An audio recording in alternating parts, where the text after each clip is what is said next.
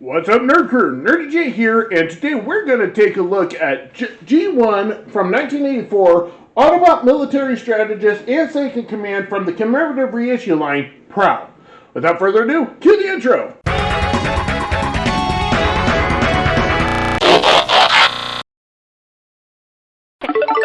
Prowl is a firm believer in that the job comes first.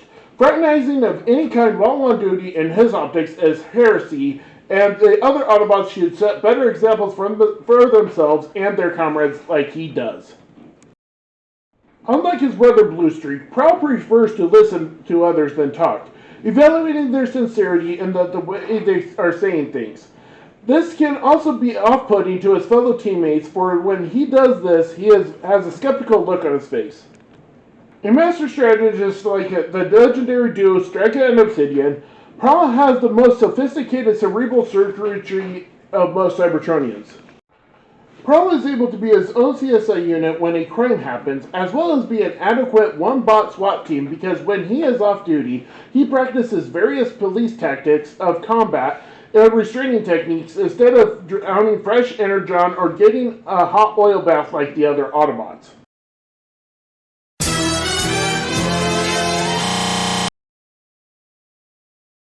Prowl doesn't have much in the way of articulation, much like Jazz and pretty much all the other Generation 1 Autobots.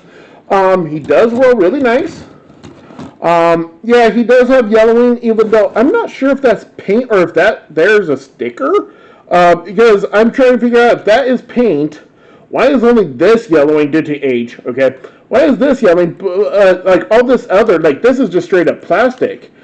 This is painted metal. Why isn't that yellowing? Like, back here, it's slightly yellowing, but comparatively.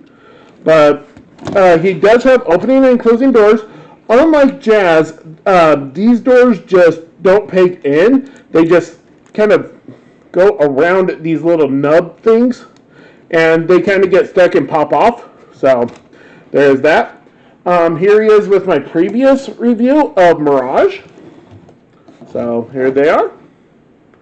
So, let's get into transformation then. Open up these doors, hold the hips, and then pull down the legs. Then come to the underneath, and then unlock it by flipping that up, rotating it, 180, and locking it back in place.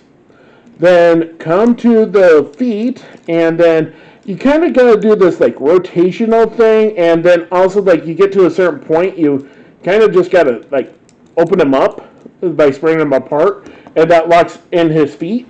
So there's that. So bring out that wing. Unlock the hands by unpegging them from the opposite shoulder, and then you bring out the shoulders and rotate forward, and then bring them out. Forgot that step.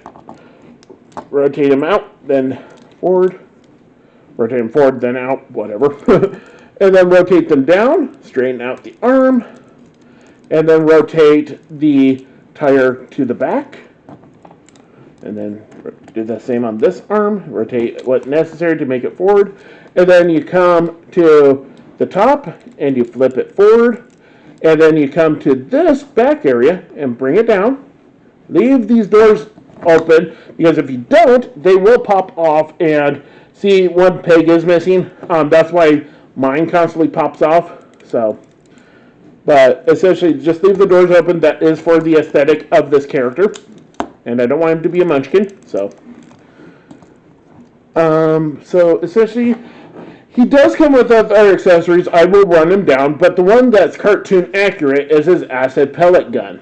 So, and then you just place it into his hand, and there you go. For articulation, nothing in the head, nothing really in the waist because it is locked in place now. He can lift his chest for reasons, I guess. That does not lock into place. You're just relying solely on friction, not even a stooping point. So, arms can go forward, can go back, but the arms can only go so far forward because it will be stopped right here. And also, Shadow is clawing up the wall behind me, so you might be hearing some weird noises. So, you do have this kind of hinge if you need it. in it, out and around. And then mine, yeah, there's this weird, like, I don't know if I'm focusing against plastic, it doesn't look like it, but like once the elbow gets to a certain point, it just like stops right there, and then you just gotta flex it past. I don't know if that's just a molding issue or if that's just an issue with mine, but he does have an elbow, and it does go 90 degrees. So there's that. So he does have wrist rotation as well. So there is Prowl. So there he is. For comparison, here he is with my previous review of Mirage. And just for the fun of it, here is my previous video of Jazz from the same commemorative reissue line. So there's that.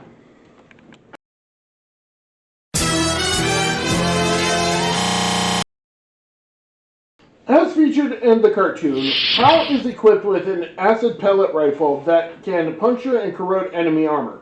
And he also has an internal dual scanner array that can seek out and hack nearby computers for assistance if needed.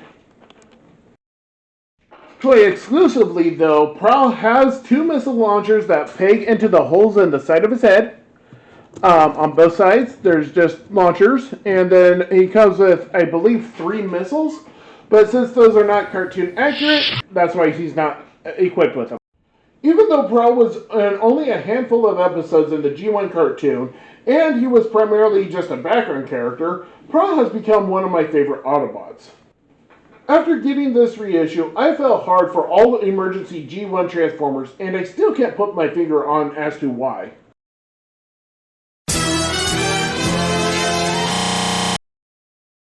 Well, I hope you like this rundown of the transformation process and the review of the character as well. Well, just a brief bio, technically. Well, I've been Nurdie J. I hope you enjoyed this video, and I'll catch you next time.